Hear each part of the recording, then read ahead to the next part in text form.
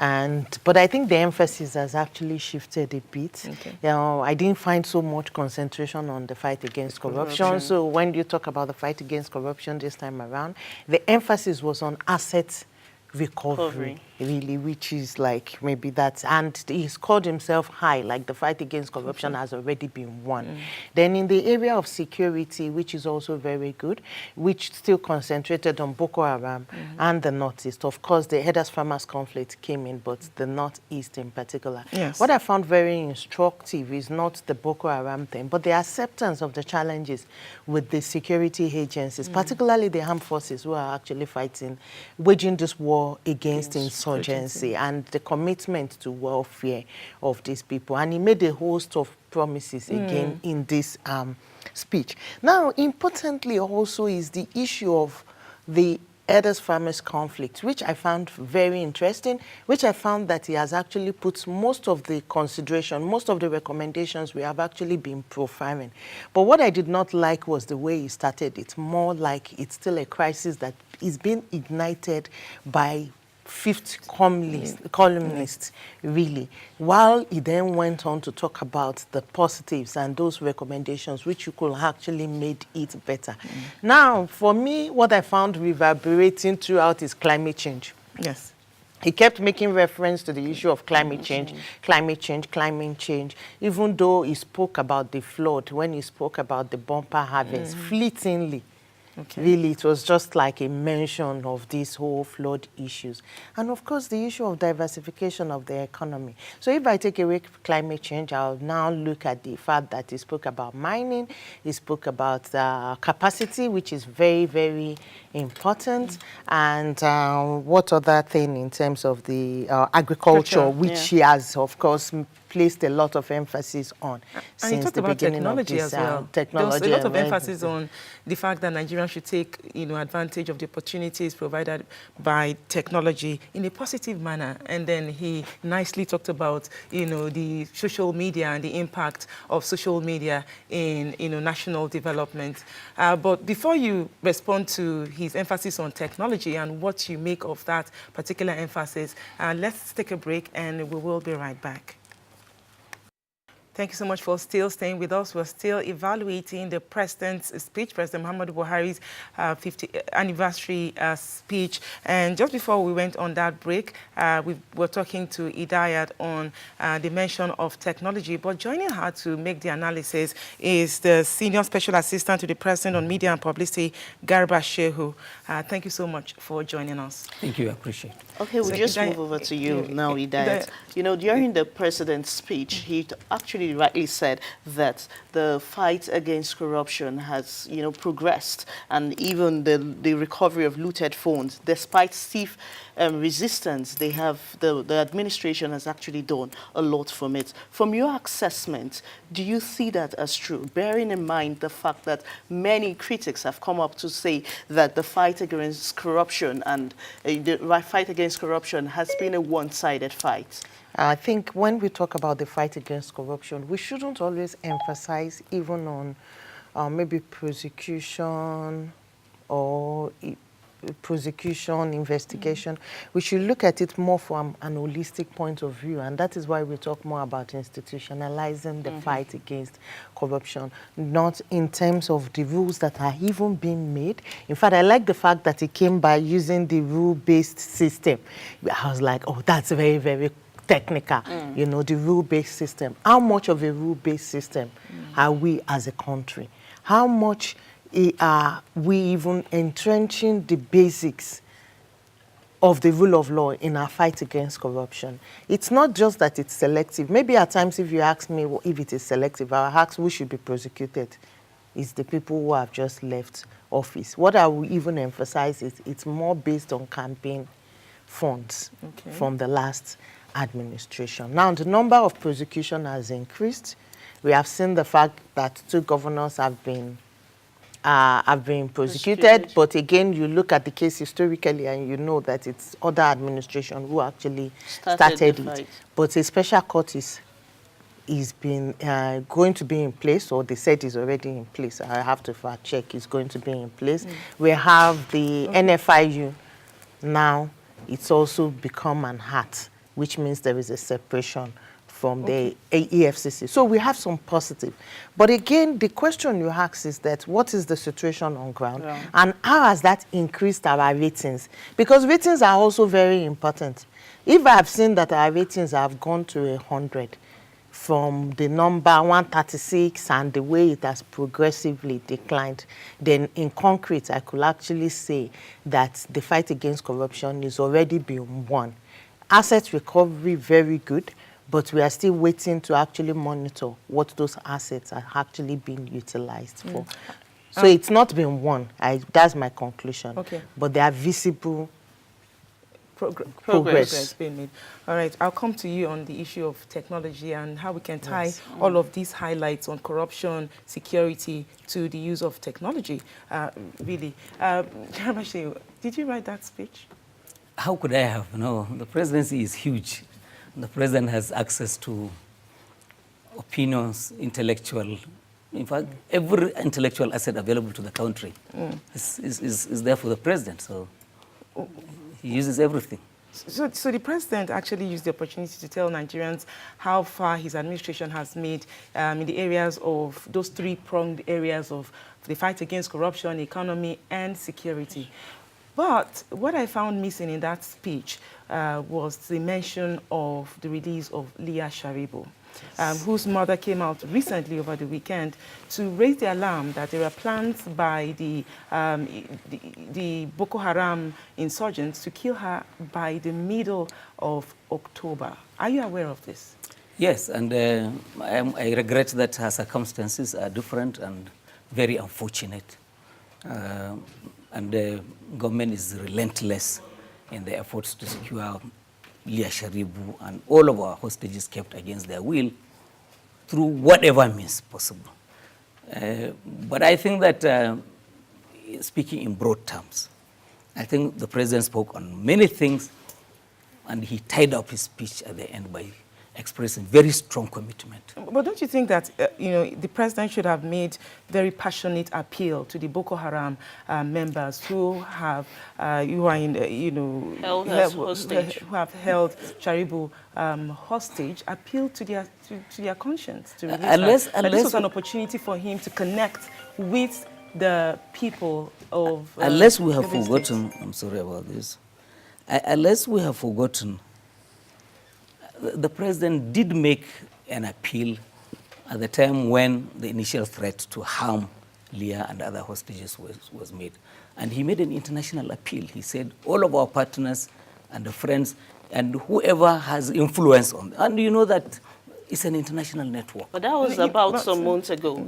Yeah, but whatever it is related to her. So it's not as if the president had refused or had ignored the fact that she was in a special danger. A lot of Nigerians were actually expecting the president to talk specifically as regards the Leah Sharibu's adoption. I said I regret that she's in a different circumstance and that her situation is worrisome.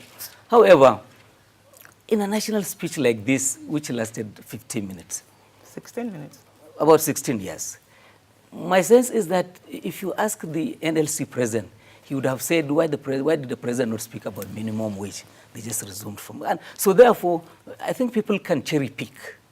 However, the important thing is that he's a strong president committing the administration strongly to the principles of the unity of the country, to the defense of life and property in the country. Yes, indeed. There was a lot of generic statements concerning his commitment to protect lives and property. But Nigerians would have appreciated if the president was more specific on certain events like the Leah Sharibu issue and, of course, the death of one of the pilot and squadron leader, Mohammed Bello, last week. Don't you think that perhaps would have given some sense of connection to the thing is, I think the governance is an ongoing process. In fact, your network yesterday carried the story of the president. He arrived only yesterday from New York, and he visited the hospital and paid condolences and prayed for the repose of this man who died in the aircraft. So I think that the president is involved. He's in the stream of things. And certainly nothing is taken for granted. All right, let's look at the issues raised, the president raised on the fight against corruption, which he says some progress has been made in terms of fight against corruption. He did say that shady oil deals and fraudulent contracts that were never delivered is now a thing of the past. Yeah. How verifiable and realistic is this? Well, this is absolutely correct. The president was talking about grand corruption. Okay. The type in which contracts will be issued and the jobs won't be done. Instead, people will sit down in a room and share all of the money. The president is saying that's behind us. Has that practice been eliminated? It's over. Completely eliminated? It's over. It's over. That's what the president is saying. So the thing then is that he's saying that the country is on a journey. We have not finished the journey. However, we must celebrate the fact that grand corruption is over. And this is accounted by the fact that his administration is now able to release resources for development. And he cited a number of things: roads, railway, pensioners who hadn't been paid, backlog of salaries cleared, debts owed, and all of but that have been paid. some would ask why the president states took so long before the issue bordering around salaries arrears was sorted out. Why would we have to wait for the Pirates Club Fund? No, that is with regard to the states. The federal government under President Buhari had no problems with salary from commencement. Okay. President Buhari had paid salary as at when due. In fact, his instruction is 25th of every month, pay salaries. Maybe technical difficulties may stop this from me. Well, we still have reports of some civil servants complaining of salary But the point is that the states have had a problem with the payment of salaries, and the president, from the beginning of his administration, this is a national emergency. It is indeed. And he has tried to help the states at least 3 times that I know, pushing out federal government money and their own debts that the federal government was paying them back with the instruction, please take care of worker salaries and pensions. Idayat, how would you respond to what Garba Shehu has said concerning the progress being made to fight corruption? It's holistic. We no longer have shady contracts and contracts that have not been delivered. I just remembered that we still have we have not yet had the last of what happened in NNPC between the managing director and the Minister of State. And we don't know what Ibekachuku then. You remembered this whole scandal of, is it 242 billion naira, worth some humongous amount of money. And Nigerians actually called that the issue be investigated and we should actually be told the nitty-gritty of it. And I think this is very, very important. This is just a very nice and a very easy case because information is very, very key. And when you are talking in terms of fighting corruption, corruption is not just grand theft, it is not larceny, it's not all those huge offenses that we like to actually adduce to. Now, let's assume Mr. Garba Shehu is going to come now and tell us that, this is just an issue that has actually been resolved. But where is actually the evidence for us? You want me to give you? No, I don't need you. Nigerians need it. I Okay, don't need it when you're ready, personally. finish your own, I will Nigerians need speak. it personally. Okay. But we do not even have access to it. And months are rolling into months. And once it's election period, people will use it, and the issue of social media and technology comes in. So that is one very salient issue, the lack of openness, which itself is a transparency and accountability issue. So, Garba, what's your reaction to it? Well, I appreciate your concern, and I think Nigerians are entitled to know, because it's their own government, and we'll be failing on a duty if we don't explain. But the thing is that also, perhaps we need to also be making more efforts to appreciate what is going on. This thing you mentioned about the NNPC contracts, I remember that one of the major allegations was the alleged issuance without authorization of the contract for the Ajaokuta, Abuja, Kaduna, Kano gas pipeline, about $2.6 billion. It was there in that document. But Nigerians are witnesses also to the fact that some months after that, the same gentleman who made the accusation presented a memo to the cabinet, to the Nigerian government, asking for approval, for the contract to be issued. And the cabinet of the federal government approved that contract, and it was issued. And the press, was it fake? Everyone, the contract? yes, and you published, everyone had carried the story. So the thing is that, as MK Abiola used to say, everything multiplied by 0 equals to 0. Yeah. And again, I think there is also another issue. I think there are two big issues in the head when it comes to the fight against corruption also. We don't, the issue of the former NSA has refused to go away. And it has refused to go away, not because people are happy he spent money, not because we are not all victims of the alleged crime, but compliance to the rule of law. So if this speech is talking about a rule-based system, because I do a lot of research in anti-corruption, and we are always talking about rule-based system, which we will even try to be unpacking, then we begin to wonder why, despite several court orders, he is yet to be released. Yeah, still on that, many would also ask, what's the, where is Babache Lawal? Because we are talking about corruption. She has mentioned the case of the former National Security Advisor, and that of Babache Lawal, nothing too has been done about it. He's still a free man. Okay, rules-based system. I think that we can beat our chest to the fact that it is ongoing. And the president's speech really dwelled heavily on the issue of the issue of confidence by foreign investors who now see us operating a rules-based system by which foreign investment, your money is safe when you come into the country. Now, on the issue of the rights of individuals, I sat on this panel with you in particular, and Etibi. And it was debated. And the matter is for lawyers to resolve. We have an Attorney General, a very competent Attorney General of the Federation, who had said we have a system in a country. The Constitution permits a situation in which the sovereign rights override individual rights. Now, some people disagreed. A number of senior lawyers have said, no, Attorney General, you are wrong. I'm not a lawyer. I think that let them go and debate it. If anybody feels so aggrieved, let them go and seek a resolution, maybe on the matter in court. Can the community rights override individual rights? Okay, where is Babache Lawal? That remains the question bothering the minds of many. Babache Lawal is a citizen of this country. He is there, removed from office as a punishment for whatever it is that he had done. And would any other thing follow? I think this is your question. Yeah. It's a systemic thing. The thing is that the executive arm of the government can only go so far on these matters. Is it being investigated? It's been said, I believe it has. Is it being prosecuted? No, I am not aware that it's been taken to court, but is he being investigated? Yes, you know that he had reported to FCC. Have they finished their investigation? Please call Mr. Magu. Sit him here, ask him whether he has finished his investigation, how long does it take? These two governors that you mentioned that had been convicted, how long did it take? It's a process system in the country. It's a process problem. It took 10 years for these convictions. And thank God that we have a new environment, a new Chief Justice of the Federation who has seen the need to now reform judiciary and work closely with executives.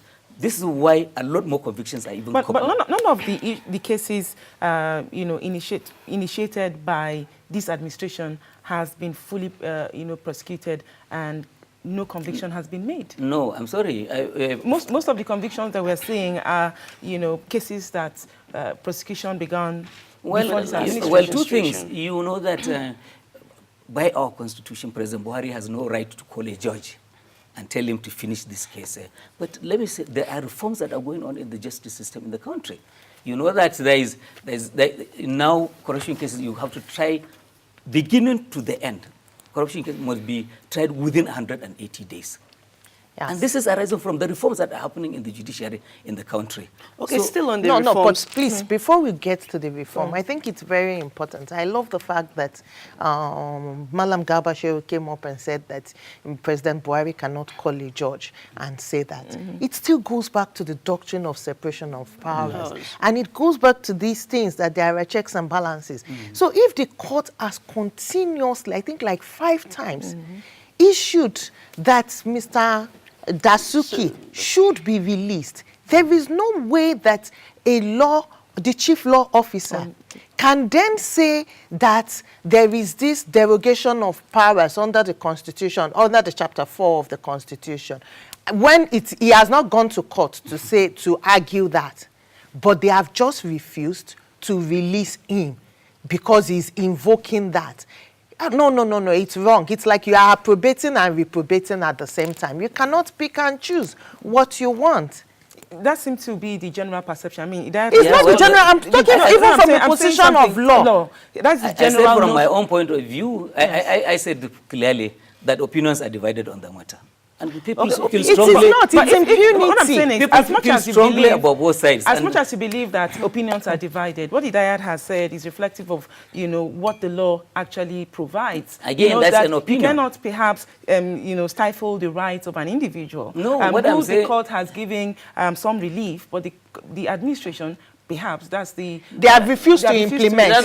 Because the truth is that the court, is an executive. The Attorney General has a basis in law for advising the government on community or national or sovereign rights over individual rights, and he has cited appropriate sections of the Constitution. And lawyers who disagreed with him have said, no, Attorney General, you are wrong. I am not a lawyer. Go to court, resolve these matters. Simply put in conclusion, Salamata, what has happened is that the court has interpreted. The executive has the power to now implement.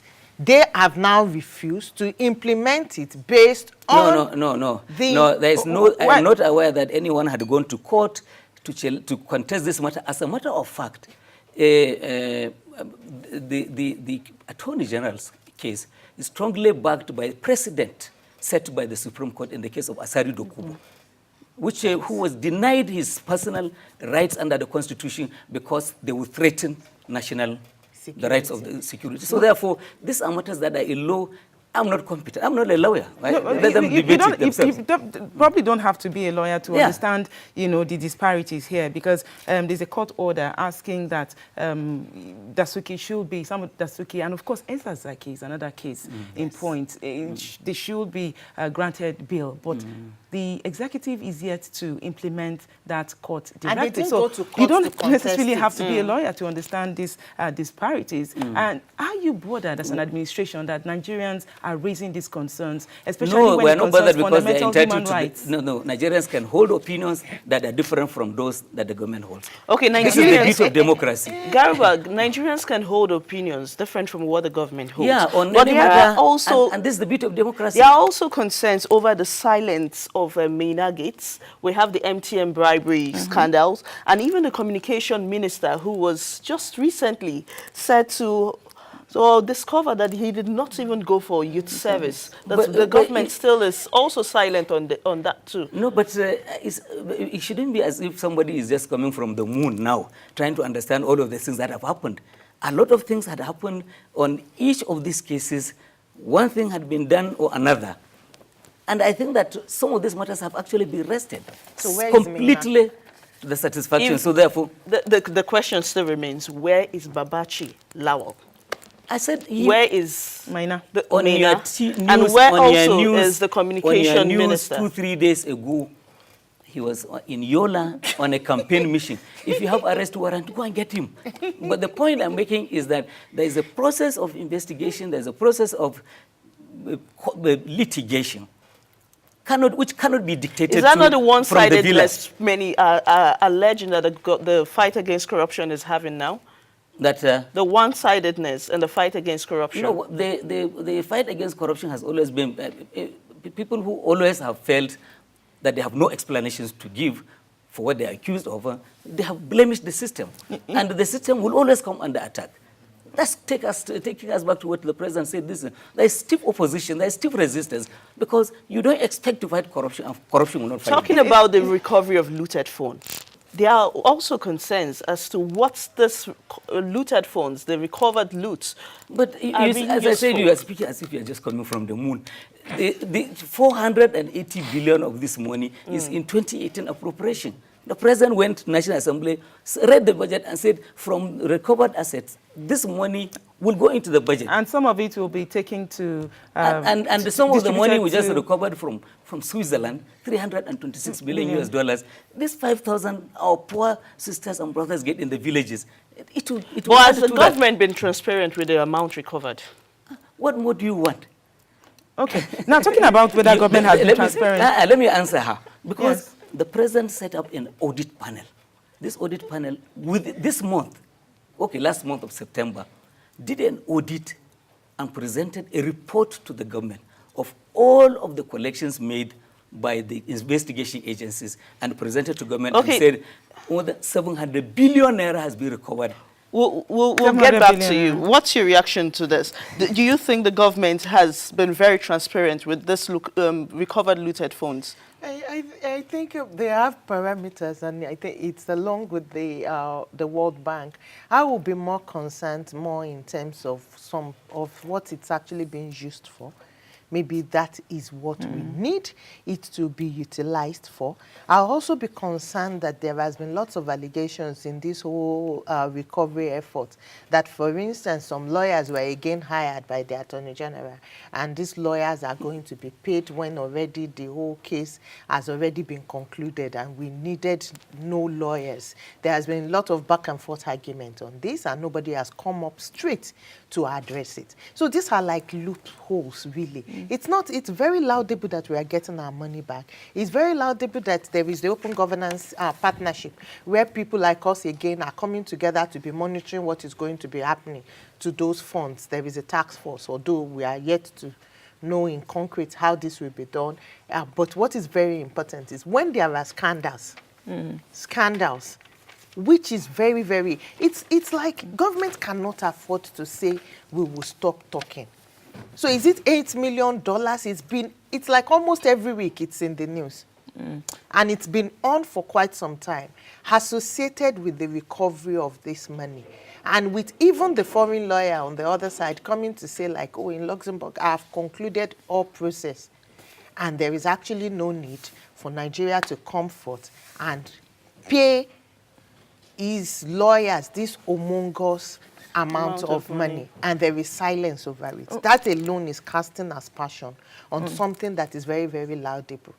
Okay. I think just silence when there is National Assembly investigation into the matter, when the Attorney General has said that he is not aware of any such payments. That is not aware of such payments. So what is the silence then? Okay. Well, let's look at. We'll wait for the National Assembly, not the AG, because Because it cannot be a judge in his own case. Yeah. Really. Now, let's look at the EFCC, for instance, that has come out to say, in fact, this EFCC chairman, Ibrahim Magu, I think about 5 months ago, did come out to say that the commission has recovered 500 billion naira and secured 486 convictions since 2016.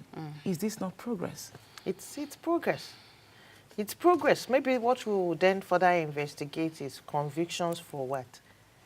Really, for economic crimes, because they've also secured lots of convictions for all those Yahoo boys and all those. Those are like almost immediate, although it's part of the mandate of the Economic and Financial Crimes Commission, and it has a lot in terms of denting our image too.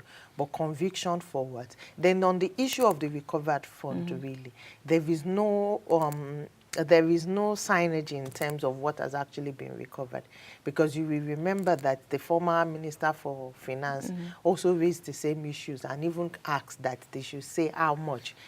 So they keep banding words here and there. But Mr. Garba Shehu has given us a figure again since we started this discussion. 700 billion. Yes, sister, he gave us a figure today. Maybe we will go by that, since there are lots of bodies recovering funds. And I also think that because they have a lot of committees, so you have the Asset Recovery Committee, you have several committees aside from the Kakaaki, which is actually doing this work. It's not been very, very, I don't know the coordination, but coming up with the figures is not something that we can actually see. But maybe let's now talk about security. Yes. The government has said that there's steady improvement in security situation of the country, especially in the Northeast. You are part of the CD, you're the director of CDD. We have an office in Medical. Of course. And now, from all you can say, in the northern states. What's your assessment? I think in terms of the Northeast, the Boko Haram, which I'm very, very knowledgeable about, the territory, like ahead of the 2015 elections, we were all very worried. We were all talking about, is it 20 local governments out of 27 local governments in Borno? Some people even said it was only 2 local governments that was actually safe in Borno for us to have elections that period. Now we cannot talk in terms of 20 local governments being, with Boko Haram actually being in control of it. But also, so those are like positives. People can still drive, but we drive. Even I used to drive from Maiduguri to Damaturu before. Now Yobe State, as in regularly.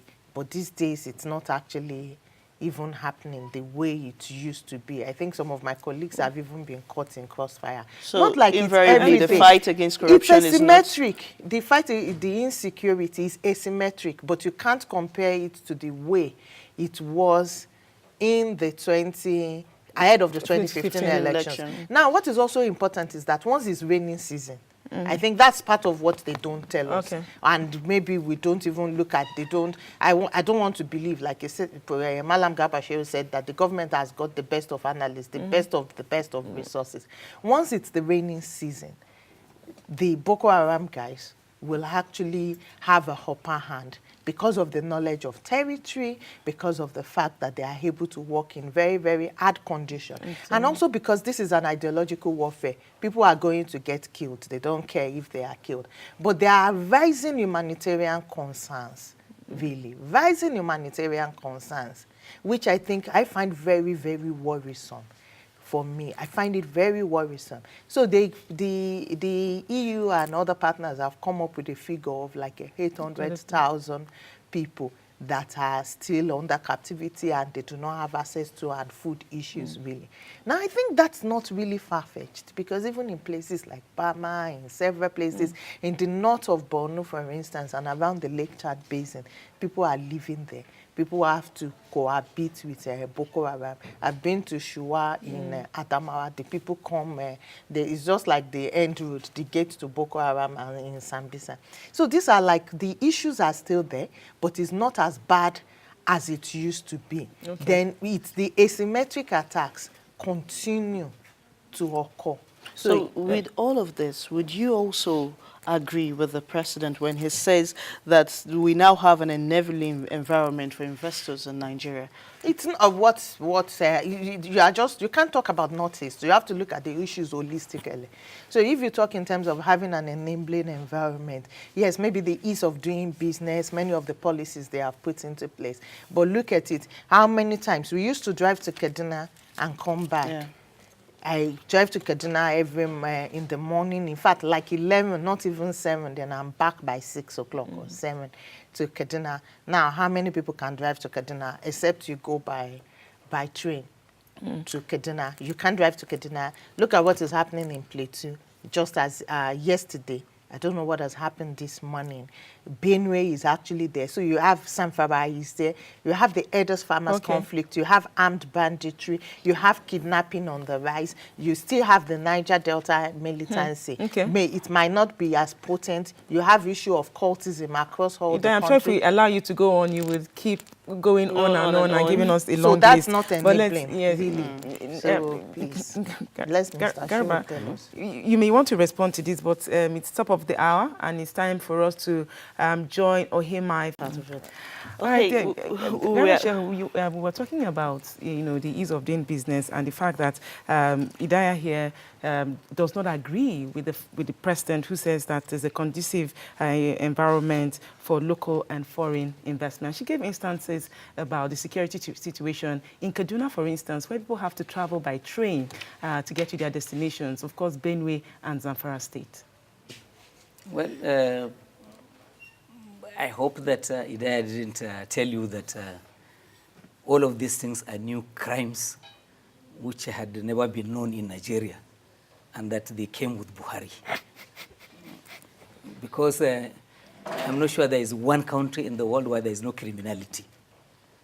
the efforts of government everywhere is to minimize criminality. But has this government been able to minimize criminality? Because we've been talking about Boko Haram Northeast, but that has pervaded to kidnapping and general sense of insecurity in the country. Even in the FCT, for instance. You know yourself that Boko Haram bombing started in Abuja. When did the bomb start? I'm not talking about the Boko Haram. So don't say that nothing has changed. Don't say nothing has changed. And the kidnap, as I said, there are always challenges that come with every given era. And it is for how governments are assessed by how they rise to those challenges. I thought you mentioned Benue. And we had the last but one council meeting of the National Economic Council, the meeting of Nigerian governors chaired by the Nigerian Vice President. At the end of the meeting, the deputy governor of Benue was mandated by his council to come forward before television and say, well, we are happy peace has returned to Benue State. So even in Plateau, you know that Governor Lalong actually had set a date to commemorate the 3rd year anniversary of the return of peace. But as the president said, we are a very complex country. And don't be surprised that maybe there are some people who think that they can gain, by promoting some of these things. Zamfara has substantially calmed down now. Since the present deployment of 1,000 troops and the Air Force and all of that, the bandits have been bombed out of the place. So it's an ongoing thing. New challenges will come. Judge governments by how do they respond to them. Now, I didn't say the government has not improved in curbing the excesses of Boko Haram, because yes, indeed, once upon a time, Abuja was under the attack of Boko Haram. What I'm saying essentially is the general sense of insecurity by citizens. Well, let me quickly talk about the poverty. Nigeria is ranked as the poverty capital of the world, but we didn't hear any mention of that in the president's speech. Well, he probably felt satisfied that his Minister of National Planning had adequately addressed the issue. But let me tell you also that that the issue of population growth also affects your ranking. This is a country that is massively growing in population. As a matter of fact,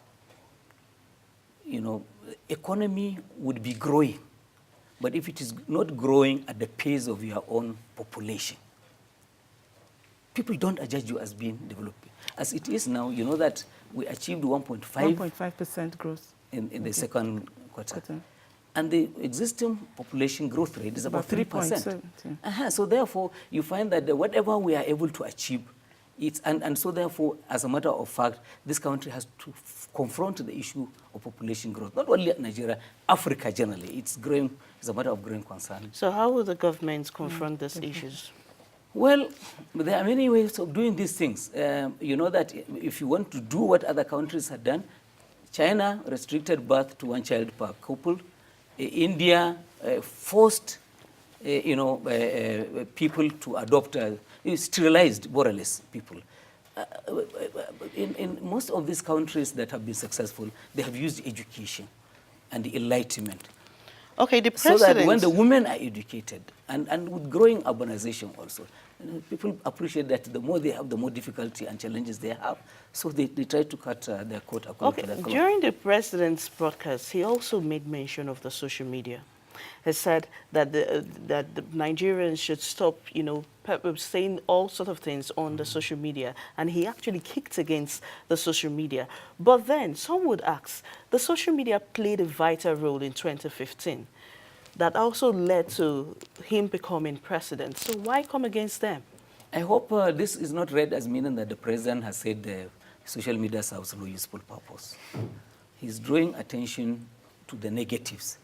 And I think that even water that you drink, if it is classically examined, there must be some negative. But is that not his step? So the point, let me listen to me. The point is that I think that if you are a Nigerian and you are concerned for the unity of this country, and you're concerned that this is a country that fought a civil war in the 60s to remain one, if you are convinced that our leaders of the past had successfully tackled tribalism and religiosity. And then you realize, you now see that the social media has certainly becoming a platform, a vehicle for promotion of tribalism, ethnicity, regionalism, and religiosity, and extremism. As a matter of fact, even in Europe and America, you know that social media is being recruited, is being used for the recruitment of extremists. But some would ask if so that therefore, what is wrong is the president saying, can we use this new technology in a positive way, not negative? But is that not a way of gagging against the media? No, there is not. Did he say stop? He is being advisory. Use it wisely, positively for national growth and development. Just recently, the Minister of Information, in fact, he's been going around to different media houses to converse against the fake news. Now, I'm kind of curious, what exactly does the government refer to as fake news? I mean, if, for instance, people go on the social media to respond to government policies and programs. Well, let me first congratulate you because you are a celebrity on TV and you are not a victim yet. Perhaps we don't have to experience it to know, but fake news is evil. It's about somebody fabricating things about you that have not happened. And then they go out to put it in the public domain. And because the social media is so elusive, and jurisprudence has been very slow in trying to catch up, you find that in countries such as our own, people just go in there and say whatever they want against me, against you, against our institutions, and simply there is nothing you can do. Sorry to interrupt you. Do you think sometimes that perhaps the action or inaction of government concerning the welfare of Nigerians actually fuels this engagement on social media by Nigerians who are probably not happy or they are displeased by certain actions of government? For instance, in the fight against corruption, in the issues of insecurity and the welfare of security agents on the field fighting Boko Haram. You think there's a problem with their welfare? I'm just giving instances. Well, so I'm not aware of all of that. But what I'm saying is that, yes, social media has a purpose because it then means that AIT or NTA or Telegraph or whoever a newspaper is no longer can chain me from expressing myself. There's beauty in that. Okay, the president has actually said that they are dealing with the social media to, curb them from destabilizing the country. And he has given responses to that. What would be your reaction to it? I think the social media has its positives, but it also has its negative. And this whole thing the president is talking about is not just a Nigerian thing. It's now worldwide. It goes beyond fake news. It's disinformation, really. How people are using disinformation, the social media to actually further amplify divides, really. So when you look at it, it's not like what the social media has actually done is that it has elevated it. What we are trying to fight is already in our society, but maybe it takes long before it gets to everybody, unlike when it's just there on the social media. After all, people go on their feet to come to your house and tell you some lies, and you go to another one. People go on this media also to go and debate untruths, even on electronic media, to talk about untruth. But what the social media has done is that it has further expanded the scope of disinformation. And all governments in the world is actually worried about what disinformation is actually putting about and the challenge it poses to democracy, where you can no longer separate truth from lies, and where, because we are in a nation where everything is so divided, that you now look at that divide, you now use it to further divide a nation. So these are very, very cogent. These are things that new researches are evolving in different countries like the EU. They have new rules they are putting together. The only thing is that they are always well thought out. They are thought out and they are not put in terms of gagging social media, like now making rules, making regulations, going to people's house to arrest them for saying some things things on social media. So there should actually be responsible use of it. If you look at what happened in Russia, if you look at the midterm elections going on in the US Yes, now, yes. people, there evidence is showing that people are trying to skew the system from Iran, from Ukraine, and tamper into what is actually happening. And that's why the U.S. Parliament and their Congress released some on Facebook and the... They are still others holding talks with on all that. these people All on the right. responsible use of the social media. Thank you so much. Idayat Hassan is the Director, Center for Democracy and Development. Thank you so much for your thoughts. And we've also had the Senior Special Assistant to the President on Media and Publicity, Garba Shehu.